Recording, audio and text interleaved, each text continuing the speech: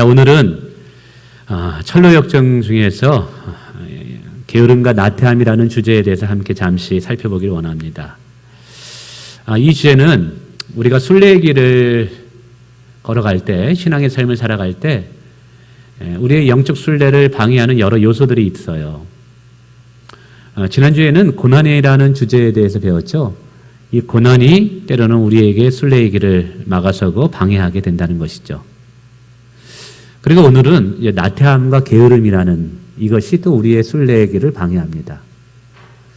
그다음에 다음 주는 염려와 두려움이 또 우리의 순례의 길을 방해합니다. 원래 이 두 가지를 함께 다 설교를 해보려고 했어요. 그래서 수요 목자 모임 시간에는 이 나태함과 게으름의 문제, 그리고 두려움과 염려의 문제를 함께 묶어서 목자들과 함께 나누었는데, 설교를 준비하다 보니까 시간이 너무 많이 걸릴 것 같아서 오늘 한 가지 주제, 즉 게으름과 나태에 대해서만 포커스를 맞춰서 말씀의 은혜를 좀 받기 원합니다. 자, 오늘도 이 주제를 우리가 이해하기 위해서는 존 버년이 철로역정에서 기록해 내온 비유적인 내용들을 먼저 좀 이해해야 되겠죠. 크리스찬은 고난의 산을 올라갑니다. 그 길이 만만치 않았죠. 그래서 상당히 피곤했습니다. 산 중턱에 도착하자 한 정자가 있었습니다. 이 정자는 주인이 피곤한 순례자들이 잠시 쉼을 얻고 다시 원기가 회복되어서 힘있게 순례길을 가도록 만들어 놓은 쉼의 안식처와 같은 곳이죠. 이제 크리스찬도 몸이 너무 피곤했기 때문에 그 장자에서 잠시 앉아 쉼을 쉬고 있습니다. 십자가 아래에서 주인이 입혀준 거룩한 흰옷을 만져보면서 너무 기뻐했고, 또 성령의 인치신 이마의 인치심을 만져보면서 너무나 또 즐거워했고, 두루마리 책을 만져보면서 위로를 얻었습니다. 근데 이 순례자가 너무나 피곤한지라 그만 그곳에서 자신도 모르게 깊은 잠에 빠지게 됩니다. 깊은 잠에 빠지다 보니까 손에 쥐고 있던 두루마리 이 책을 자신도 모르게 손이 펴지더니 그만 두루마리 책을 바닥에 떨어뜨리고 말았습니다. 그리고 밤은 깊어져 가고 있습니다. 너무 피곤한지라 이 순례자가 일어나지를 못하네요. 그때 어디선가 소리가 울려납니다. 게으른 자여 깨어 일어나라. 그리고 개미에 가서 지혜를 배우라 라는 잠언서 6장 6절의 말씀이 들려집니다. 이 소리에 벌떡 일어나게 됐죠. 보니까 너무 많은 시간이 흘렀어요.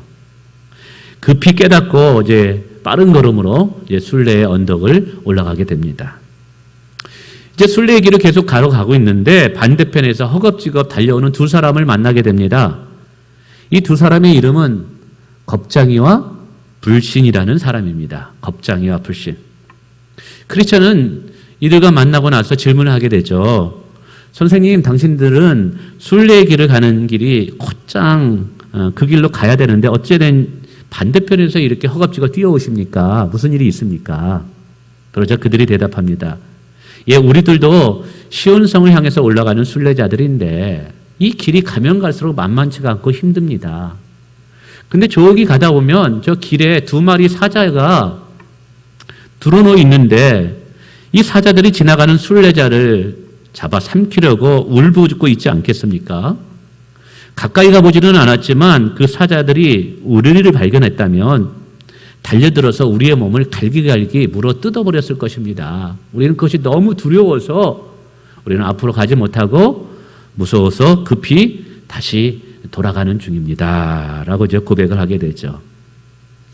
이 이야기를 들었던 크리스찬은 정말 무시무시한 사자가 있군요. 근데 저는 돌아갈 수가 없습니다. 저의 고향은 죄로 인해서 얼마 지나지 않아서 하늘에 유황불이 내려지는 불의 심판을 받게 될 것입니다. 제가 그 고향에 들어갔다가는 저도 그 유황불에 의해서 심판을 당할 것이 뻔한 일인데 어떻게 제가 글로 돌아갈 수 있겠습니까? 성경은 가장 안전한 곳이 천국이라고 말합니다. 그래서 저는 가장 안전한 천국에 갈 수만 있다면 순례길에서 그 어떤 어려움이 와도 저는 반드시 이 길을 가고야 말 것입니다. 라고 결단을 표하면서 이제 불신과 두려움을 뒤로하고 크리스천은 계속해서 순례의 길을 걸어가게 됐죠. 자, 이제 순례의 길을 걸어가는데 자꾸만 그 불신과 두려움, 겁쟁이가 들려줬던 이야기가 생각나는 거예요. 조금만 가면 큰 사자가 우르렁거리면서 순례자를 잡아먹는다라는 이 이야기가 계속 마음에 들어오는 것입니다. 그러면서 어느 사이에 마음속에 이제 두려움이 가득 차게 되죠. 순례자는 이 두려움을 극복하기 위해서 가슴에 손을 집어넣습니다. 왜냐하면 다시 두루마리치 책을 꺼내어서 읽어보면 다시 위로를 얻을 수 있지 않을까, 담대함을 얻을 수 있지 않을까. 근데 이상하죠? 아무리 찾아봐도 두루마 책이 발견되지 않는 거예요. 너무 당황스럽죠. 그래서 가만히 생각해 봤더니 아이고 이게 웬일입니까? 정전에서 잠을 자는 순간에 그만 그 두루마리 책을 떨어뜨린 거예요. 지금 생각이 난 거예요. 그래서 너무 당황스럽고 또 그리고 정말 이거 어쩌하나 그래서 급히 다시 정자로 돌아가게 됩니다. 그때는 다행히도 그 정자 본인이 잠자던 그 밑에 두루마리가 그대로 떨어져 있는 거예요. 그것을 급히 다시 손에 쥐고 순례의 길을 떠납니다. 그러면서 참 자신이 이 두루마리 책을 잃어버린 것에 대해서 깊이 회개하고 눈물로 또 하나님 앞에 잘못을 고백하고 그리고 두루마리 책을 찾게 하신 하나님의 은혜에 감사하면서 이제 다시 경쾌함으로 아주 쉬운 발걸음으로 가벼운 발걸음으로 이제 순례의 길을 걸어가게 됩니다. 자, 이런 내용 속에서 사실은 존 버녀는 우리에게 우리가 순례의 길을 걸어갈 때 또 다른 시험을 만날 수 있다라는 것이죠. 순례의 길에 또 다른 장애물이 뭐냐? 첫째로는 나태함과 게으름이라는 것이고 또 하나는 염려와 두려움이라는 거예요.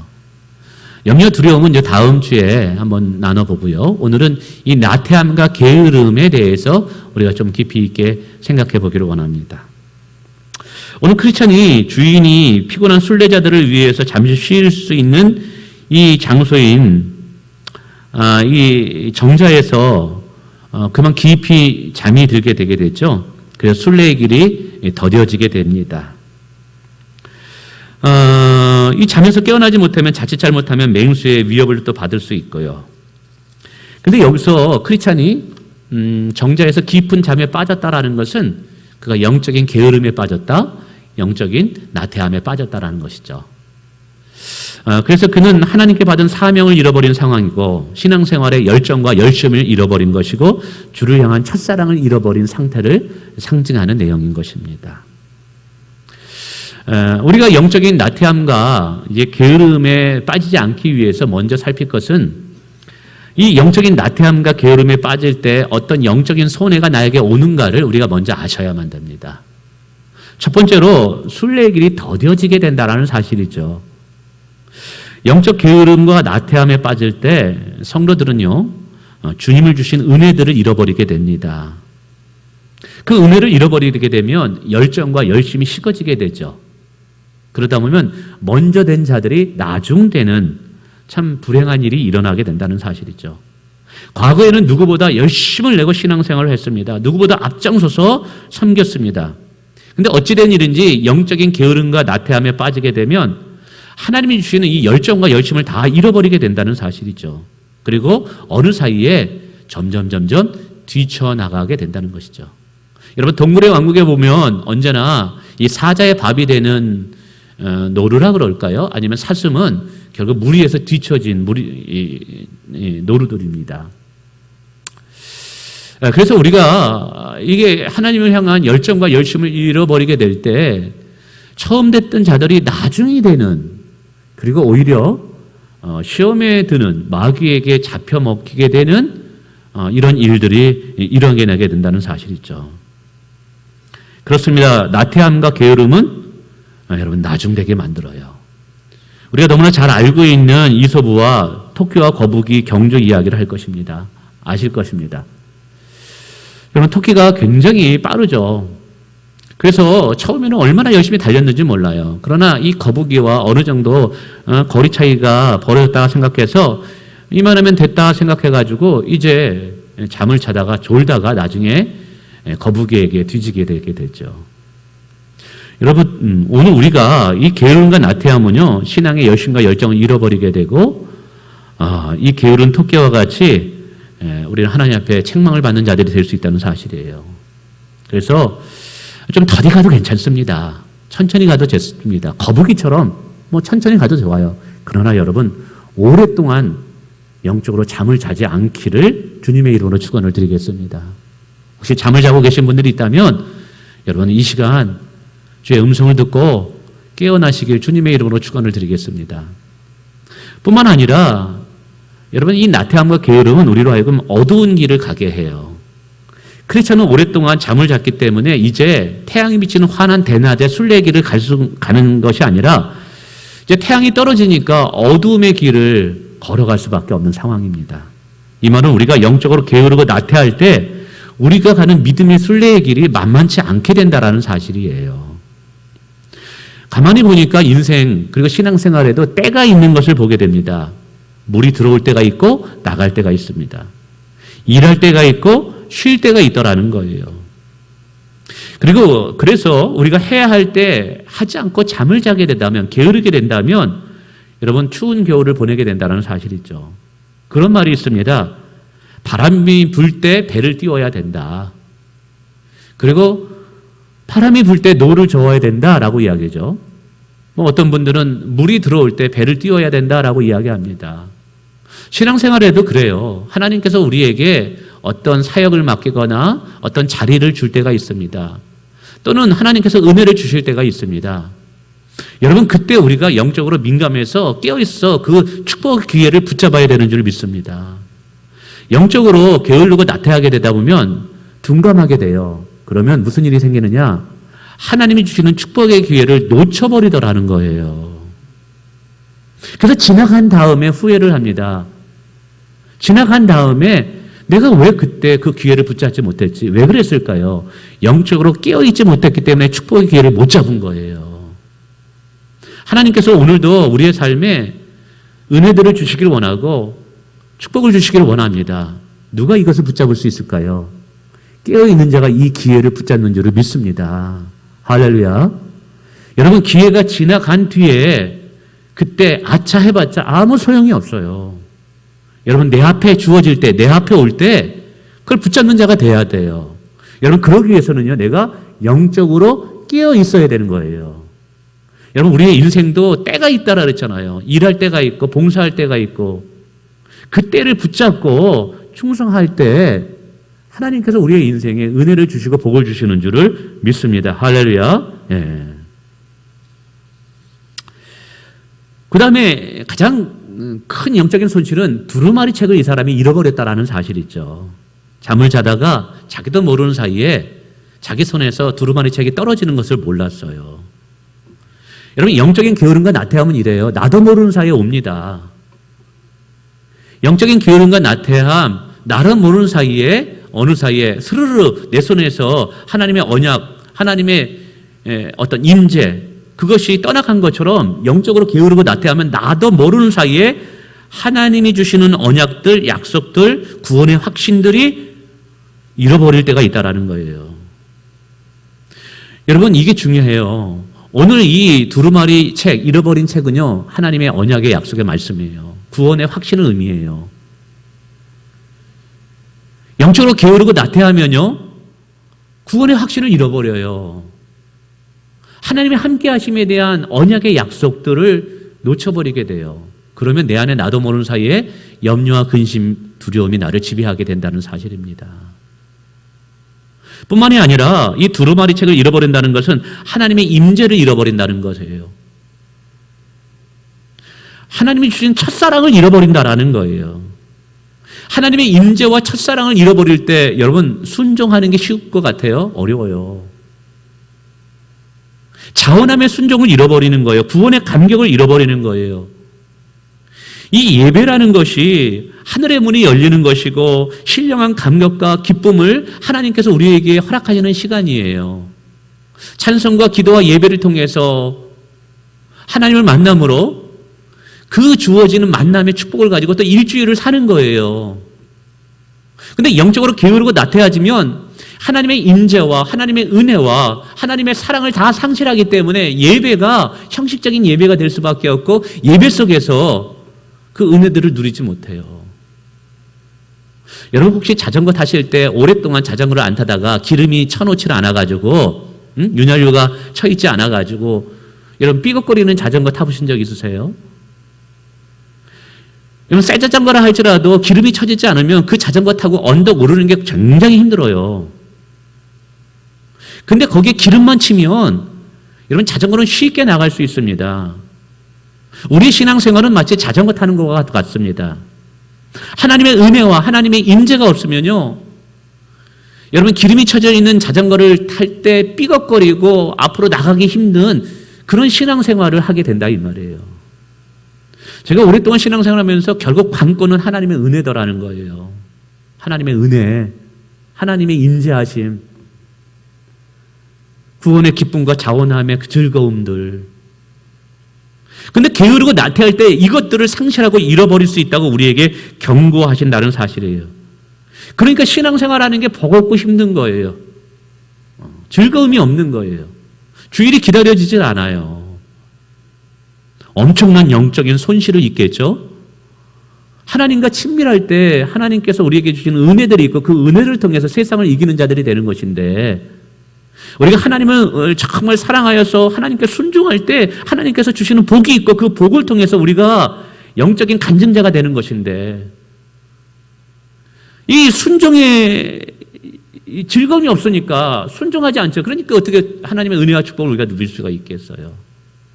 이처럼 영적인 게으름과 나태함은 우리에게 엄청난 영적인 손실을 가져온다는 사실을 기억하시길 바랍니다. 사실 하나님은 저와 여러분을 변함없이 오늘도 사랑하셔요. 아멘. 근데 문제는 하나님이 우리를 향한 사랑은 변함이 없는데 내가 그 사랑을 느끼지 못한다라는 거예요.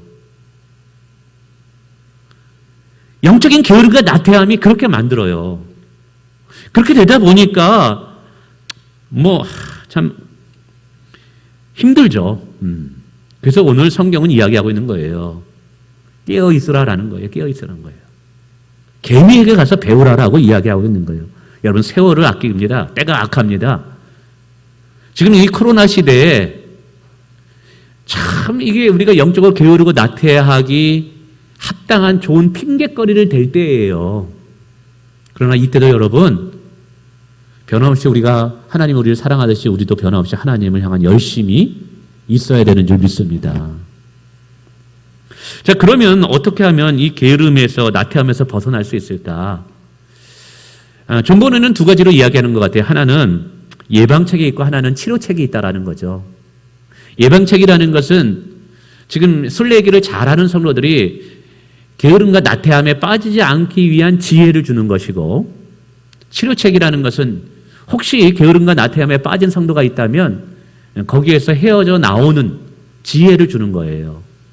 자, 첫 번째로 게으름과 나태함에 빠지지 않는 예방책이 무엇일까요?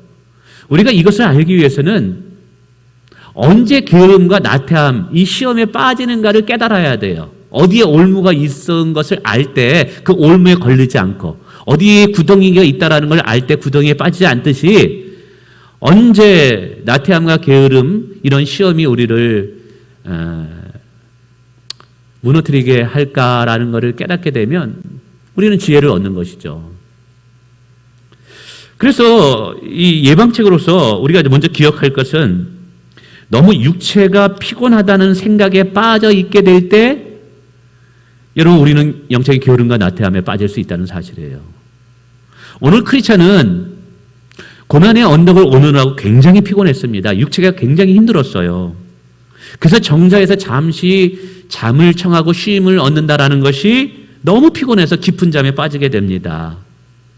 이것을 보면 우리의 육체와 우리의 영혼은 서로 유기적 관계에 있다는 것을 보게 됩니다. 이런 것이죠. 내가 육체적으로 너무 힘들고 피곤하면 기도가 잘 안 돼요. 말씀을 읽어도 잘 안 들어와요. 그래서 늘 자기의 육체의 건강의 상태를 잘 유지하는 것이 중요해요. 거꾸로 영혼이 병들잖아요. 그러면 마음의 근심과 염려가 들어와요. 그리고 근심과 염려는요, 내 육체적 질병을 얻게 하는 단초의 역할을 하게 돼요. 그래서 오늘 성경은 영육 간에 강건하라고 말하는 이유가 그거예요. 이 둘은 유기적 관계가 있다는 것이죠. 근데 오늘 중요한 게 뭐냐 하면 성도들 중에는 이렇게 생각하는 분들이 있어요. 너무 육체가 피곤하니까 육체가 피곤하다는 이유를 들어서 성도로서 해야 할 가장 기본적인 경건의 삶을 아예 포기하는 분들이 있어요. 기도하기, 말씀 듣기, 말씀 읽기, 예배 드리기. 가장 기본적인 경건의 삶을 멀리하는 거예요. 너무 피곤하다고 생각해서. 오늘 주인이 고난의 길에서 정자를 만든 이유를 생각해 보세요. 분명히 육체적으로 피곤한 자들에게 잠시 쉼을 얻고 그리고 다시 활력을 얻어서 순례길을 계속 가도록 만들기 위해서 정자를 만든 것이지, 몸이 피곤하다고 여기서 계속 잠을 자고 여기서 계속 살라고 정자를 만든 것은 아니라는 거예요. 이 말은 뭐냐면 분명히 육체가 피곤하면 영적으로 생활하기가 힘들기 때문에 쉼이 필요합니다. 그러나 문제는 육체가 피곤하다는 이유만으로 모든 영적인 삶을 포기하려고 하고 내려놓으려고 하는 분들이 있더라는 거예요. 목사님, 올해는 너무 피곤해서 제가 모든 사역을 쉬고 싶어요. 아무것도 안 할래요. 그런데 제가 신앙생활을 그래가지고 이렇게 그래 쉬세요 했어요. 근데 영원히 쉬더라고요. 영원히 쉬더라고요. 근데 그분에게 그것이 영적인 도움이 전혀 안 되는 거예요. 아무리 힘들고 피곤하고 육체가 막 지친다 할지라도 그래도 생명의 줄은 붙잡고 있어야 된다 이 말이에요. 그래서 목사님 올해는 너무 힘들어요. 그럼 저는 이해하고 받아들입니다. 그러나 제가 부탁드립니다. 한 가지 봉사라도 하고 계셔야만 됩니다. 아멘? 근데 그것이 억지로 주는 실력자가 같고 부담스럽지만 그것 때문에 교회 나오거든요. 그것 때문에 그래도 한 번 더 기도하게 되거든요. 이거예요, 이거. 여러분, 내가 육체적으로 피곤하다고 해서 내가 모든 것을 내려놓는 것, 내가 모든 것을 쉬겠다는 생각이 나로 하여금 영적인 게으름과 나태함에 빠질 수 있다는 사실이에요. 그럼 부탁드립니다. 여러분, 힘들어도 여러분 기도 생활과 말씀 생활은 놓으시면 안 되는 거예요. 아무리 힘들어도 피곤하다 할지라도 최소한 한 가지만큼은 봉사 생활을 하셔야 돼요. 아멘? 우리 김태희 집사님 올해도 남전도에 총무하시나요? 지금 하나요? 한 가지라도 하셔야 돼. 한 가지라도 이게. 우리 홍경원 집사님은 뭐 하죠? 이게 이 성가대 해야 되는데 한 가지라도 해야 되는데 힘들다고. 우리 문인아 집사님 보면은 제가 이제 2부 예배 때 음향을 하는데 찬양을 하는데 이게 주은 자매가 엄청 열심히 준비했는데 이게 안 나갔어요. 그래가지고 옆에 우리 또 전도사님 있어가지고 아니 이게 잘 하시라고 제가 그래가지고 좀 이렇게 이게 시험 들지 말았어야 되는데 걱정입니다만. 근데 제가 문인아 집사님을 좋아하는 이유가 있어요. 저녁 11시에 퇴근해요. 이렇게 보면 저희 교회에 이게 CCTV가 있어요. 그래서 제가 제 서재에서 책상에 앉아 있으면 마당이 다 보입니다. 11시에 주차하고 집에 퇴근해요. 토요일 날도 막 그래요. 되게 피곤하거든요. 아침 나가보면 5시 반, 6시에 출근해요. 저러다가 저 쓰러지면 어떻게 할 정도로 걱정이 돼요. 그러면 몸이 피곤해가지고 나 봉사 쉬겠습니다 하는데 그래도 일부 예배부터 방송실에 가서 앉아가지고 봉사하고 있잖아요. 힘들어도 목자 하겠다잖아요. 이거예요, 이게 지혜인 거예요. 육체적으로 피곤하다고 힘들다고 해서 거기에 빠져가지고 여러분 하나님을 찾는 것을 게으르게 하게 되면 여러분 영적인 손해가 엄청나게 옵니다. 할렐루야. 두 번째는 이만하면 안정됐다고 생각하는 이 생각. 이 정도 올라왔으면 이제 괜찮다라는 생각. 그렇지 않은 어느 정도 고난의 언덕을 올랐습니다. 이제 정자 치면서 이 정도 하면 잘 올라왔구나. 고난의 시간을 잘 이제 넘어섰네. 이제 고난의 시간이 다 지나갔다라고 생각되어지는 순간에 이 크리스찬은 잠에 빠지게 되었다는 사실이에요. 이런 마귀는 그때도 쉬지 않아요. 이게 위험한 거예요. 그래서 바울 사도는 우리에게 이야기합니다. 선줄로 생각하거든 넘어질까 조심하라. 이런 우리 다윗 알고 있지 않습니까? 밧세바와 간음함으로 인해서 그가 얼마나 많은 수치를 당하고 그리고 그의 첫 자식까지 잃어버리고 많은 어려움을 겪어요. 그 전에 다윗은요 전쟁터에 나가서 얼마나 부지런히 전쟁을 하고 힘써 일했는지 몰라요. 최전방에 나가서 어느 누구보다 성실하게 하나님이 약속한 가나안 땅을 확장시켜 나갔습니다. 근데 이제 어느 정도 나라가 커지고 부강해지고 군세력이 강해지면서 야 이제 내가 전쟁터에 나가지 않아도 내 부하들로서 충분히 전쟁에서 이기겠구나. 자, 이 정도면 안정됐네. 이 정도면 됐네. 그러면서 궁중에서 편안하게 이제 다 됐다. 안정되다 하는 순간 밧세바와의 시험에 넘어져서 치명적인 실수를 하잖아요. 여러분 노아 할아버지 아시잖아요. 방주를 믿음으로 120년 동안 순종하면서 짓습니다. 한 번도 불순종하는 것 없이 정말 철저하게 순종하는 경건한 삶을 살아갑니다. 근데 이제 홍수가 끝났어요. 다 평안했어요.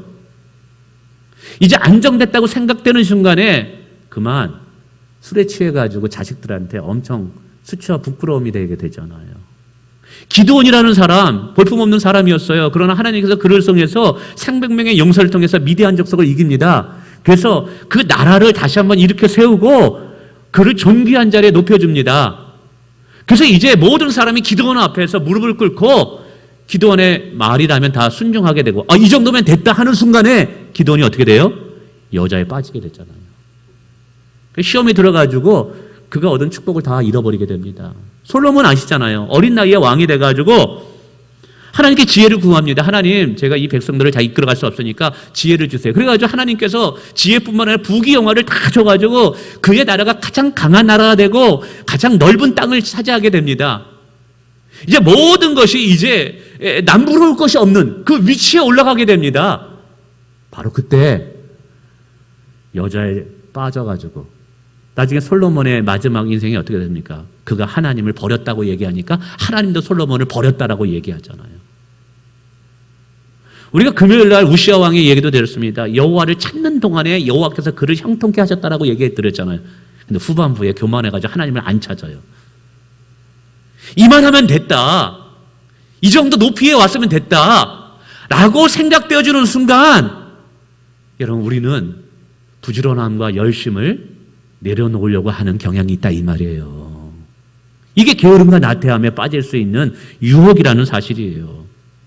혹시 여러분 이 코로나 중에 그래도 잘 선방하고 계십니까? 남들은 힘들고 어렵다 그랬는데 그래도 우리는 잘 되네. 그래도 여기까지 잘 견뎌왔어. 여러분 여기서 괜찮다 생각해가지고 여기서 기도의 줄을 놓고 새벽 기도를 그만두고 하나님을 가까이 하는 것을 게을리하게 되다 보면 지금 누리고 있는 축복을 잃어버릴 수 있다는 사실이에요.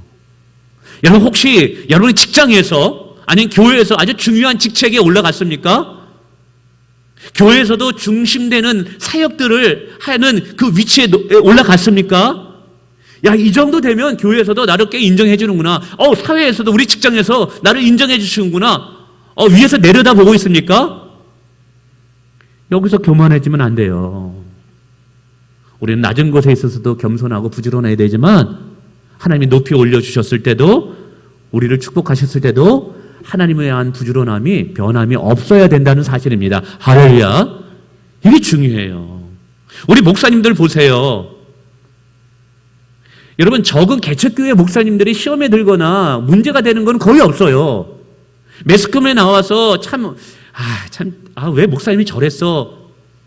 믿는 성도로 하여금 수치와 부끄러움을 갖게 하는 목사님들은 다 큰 교회 목사님들이에요. 그분들은 개척교회하고 지하교회하고 삼각교회 할 때 정말 힘써 기도하고 하나님만 의지하면서 겸손하게 엎드려서 사역을 했어요. 근데 어느 정도 교회가 커지고 성도들이 늘어나고 재정적으로 안정되니까 이게 하나님 향한 바라보던 눈이 자꾸만 곁길로 가는 거예요. 목사님들이 골프를 치러 다니지 않나.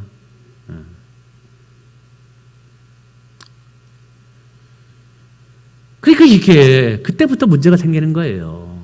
하나님을 향한 경건의 부지런함, 이거를 놓쳐버리니까 시험이 들고 뭐 돈 문제 무슨 문제가 생겨가지고 결국 한국교회에 엄청난 피해를 주는 일들이 일어나잖아요.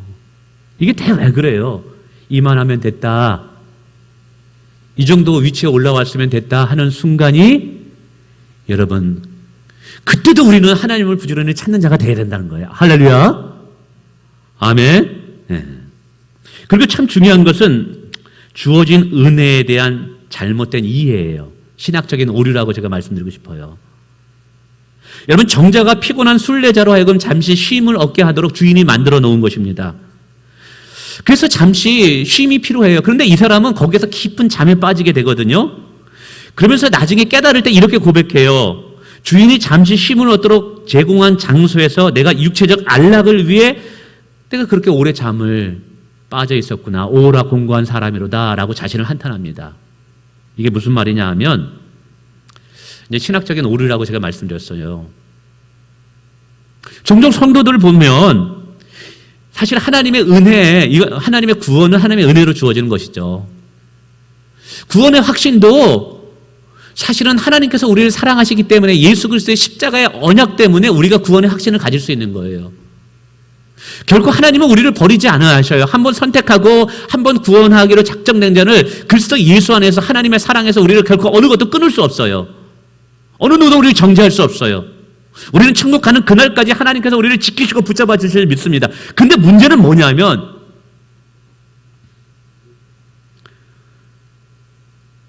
이 구원의 확신과 변하지 않는 하나님의 우리를 향한 사랑을 내가 게으름과 나태함에 대한 당위성, 합리화로 삼는 성도들이 있더라는 거예요.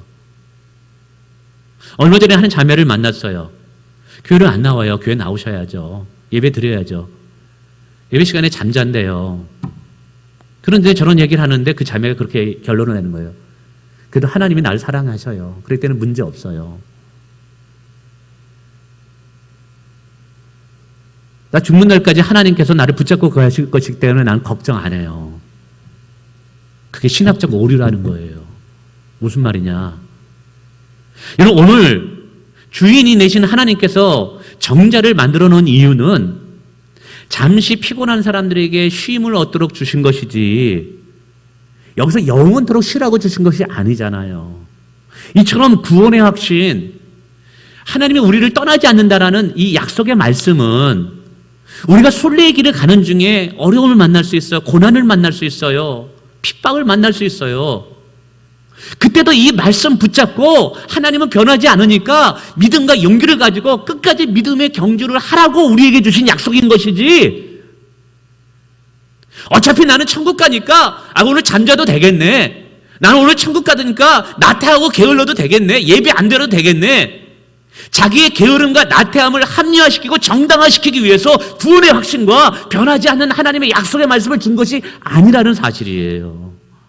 오히려 히브리서는 우리에게 이야기합니다. 은혜를 받다가 은혜를 배도하고 은혜를 떠난 자들은 마지막 날에 가서 더 큰 심판과 저주가 임하리라고 경고하고 있다는 사실이에요. 이게 신학적인 오류에서 오는 어리석음이고 잘못됨이에요. 어차피 나는 이렇게 살아도 저렇게 살아도 난 천국 갈 사람이야. 어차피 나의 구원은 취소되지 않는다 그랬어. 그러면서 자기의 죄악을 정당시해요. 자기의 죄를, 하나님의 불변의 그 놀라운 은혜의 수단을, 자기 죄를 짓는 것을 정당화시켜요. 자기 게으름과 나태함을 그것으로 합리화시켜버려요. 여러분, 그건 성경을 잘못 보는 거예요. 변함없는 하나님의 성품은요, 고난당하는 성도들을 유익하게 하기 위함인 거예요. 아멘. 우리의 게으름과 나태함을 합리화시키기 위함이 아니라는 사실을 기억하셔야 돼요. 그러므로 오늘 저와 여러분은 힘써 부지런함을 찾아야 될지 믿습니다. 그리고 혹시 지금 나태함과 게으름 속에서 구원의 감격과 첫사랑과 그리고 그 하나님이 주시는 은혜들을 놓치신 분들이 있다면 어떻게 해야 될까요? 오늘 이 크리스찬은 두루마리를 잃어버렸던 장소로 돌아갔어요. 이거는 내가 은혜를 잃어버렸던 과거로 돌아가야 돼요. 은혜를 잃어버렸던 장소로 가야 돼요. 부활하신 예수님께서 예수님을 부인하여서 사명을 잃어버린 제자들에게 말합니다. 갈릴리에서 만나자. 갈릴리가 어디예요? 베드로와 요한이 예수님을 처음 만났던 장소예요. 그래서 예수님께서는 베드로를 그 갈릴리에서 만나주심으로 그의 영적 회복을 해줘요. 내가 나를 사랑하느냐? 이 질문을 통해서 그를 위대한 사도로 세워줬어요. 근데 어디서 만났느냐면 갈릴리에서 만났어요. 이것은 뭐냐면 그가 하나님의 사랑을 처음 경험했던 그 장소에서 주님을 기다렸던 거예요. 여러분, 오늘 우리가 구원의 감격을 잃어버리고 자원함의 신앙생활을 잃어버리고 그로 인해서 게으름과 나태함에 빠졌다면 여러분, 우리는 철저히 회개하고 예전에 주님이 나를 만나 주었던 그 기도의 자리로 돌아가야 돼요. 그 자리가 때로는 우리 할렐루야 선교교회 지하실이 될 수도 있고 말씀의 자리일 수도 있고, 할렐루야, 그 은혜 받았던 자리로 돌아가서 간절히 하나님을 찾는 자가 돼야 돼요. 하나님 분명히 이야기했어요. 간절히 나를 찾는 자가 만날 것이다. 할렐루야. 우리가 간절히 주님을 만나고자 하나님을 찾고 찾으면 하나님은 우리를 만나 주신대요. 그것을 통해서 다시 회복되는 거예요. 그래서 성경은 계속해서 이야기하는 거예요. 너의 마음의 밭을 기경하라, 여호와께 돌아오라, 다 이거예요. 자, 그리고 이제 드디어 이 두루마리 책을 찾았다면, 이것은 뭐냐면 구원의 감격, 하나님의 임재, 첫사랑을 회복했다면 우리는 어떻게 되느냐? 이 사람이 이제 순례의 길을 걸어갈 때 경쾌하고 아주 가벼운 발걸음으로 즐겁게 찬양하면서 순례의 길을 걸어갑니다. 이제 과거의 실수와 잘못을 잊어버린 거예요. 오늘 우리가 게으르고 나태했다면 회개하고 다시 은혜 자리로 들어가서 하나님을 만났던 첫사랑의 장소로 들어가서 다시 그 하나님을 구함으로, 얼굴을 구함으로 은혜를 얻어야 돼요. 그러면 그렇게 진실함으로 가면 하나님 만나 주셔요. 그랬다면 이제 더 이상 과거가 나를 얽매이지 못하도록 과거는 잊어버리고 하나님의 은혜만을 기억하면서 앞으로 가야 된다는 사실입니다. 그러면서 이 사람이 그렇게 결단하죠. 이 두루마리 책을 깊이 가슴에 품으면서 이제 절대로 이 두루마리 책을 잊어버리지 않겠다. 이 두루마리 책의 소중함을 깨달았게 돼요. 그래서 천국 가는 그날까지, 입성하는 그날까지 절대로 두루마리 책을 잃어버리지 않습니다. 저는 이것이 보면 하나님의 은혜예요. 우리의 실수조차도 합력하여 선을 이루시는 하나님의 은혜. 우리가 때로는 우리의 실수 때문에, 우리의 연약함 때문에 우리가 게으르고 나태할 수도 있죠. 그리고 게으르고 나태할 때 많은 영적인 손해를 보게 됩니다. 근데 하나님의 은혜로 이것을 다시 찾게 되면 우리가 누리는 은혜가 얼마나 값진가, 그 가치를 다시 한번 새삼스럽게 깨달을 수 있다는 사실이에요. 그리고 그 은혜를 절대로 잃어버리지 아니하는 자가 되게 돼요. 그래서 십자가의 중요성, 복음의 중요성, 교회의 중요성, 옆에 있는 공동체의 중요성을 귀하게 깨닫게 된다는 사실이죠. 이게 은혜인 거예요. 그래서 우리 하나님은요, 우리의 실수조차도 결국 합력하여 선을 이루시더라고요. 그래서 저는 이 코로나를 볼 때도 그래요. 이 코로나가 지금 우리가 힘들고 어려운 시간이 지나지만 이것이 끝날 때 이것이 우리에게 유익이 되기도 하겠다. 왜냐하면 지금 우리가 자유롭게 예배를 드리지 못하고 성도들과 함께 식사하지도 못하고 교제하지도 못하잖아요. 근데 우리가 성도들과 함께 교제하고 목장 나눔을 하는 게 이게 그렇게 큰 은혜이고 귀한지를 예전에는 깨닫지 못했어요. 근데 코로나가 코로나를 중에 이걸 겪다 보니까 성도들의 교제가 이렇게 소중하다라는 걸 깨닫게 되더라는 거예요. 그래서 코로나가 끝나고 난 다음에는요, 우리 성도들이 더 힘써 모일 수 있을 것 같아요. 이게 하나님의 때로는 우리의 실수와 연약함조차도 합력하여 선을 이루시는 거더라는 거예요. 여러분, 말씀을 맺습니다. 오늘 우리가 순례의 길을 가면서 여러 시험들을 만나는데 그 중에 하나가 게으름과 나태함이라는 거예요. 우리가 게으름과 나태함을 생활에 빠지게 되다 보면 하나님의 언약의 약속 두루마리 책을 잃어버려요. 하나님의 임재, 하나님의 은혜, 하나님의 첫사랑, 구원의 감격, 자원함의 심령들, 이걸 다 잃어버리게 돼요. 그러면 정말 여러분 메마른 껍데기 신앙생활을 할 수밖에 없는 거예요. 지금 이 코로나 시대에 게으르고 나태할 수 있는 얼마나 좋은, 합리화할 수 있는 것들이 얼마나 많습니까? 근데 여러분, 참 믿음의 사람은요, 환경 탓하지 않습니다. 시대 탓하지 않습니다. 지금 이러한 시대에 우리는 여전히 깨어서 부지런히 하나님을 찾는 자들이 되기를 원합니다. 여호와를 찾는 동안에 여호와께서 그를 형통케 하셨더라 하는 것처럼 코로나 중에도 우리가 부지런히 하나님을 찾을 때 또 다른 은혜들을 우리에게 능히 주실 줄을 믿습니다.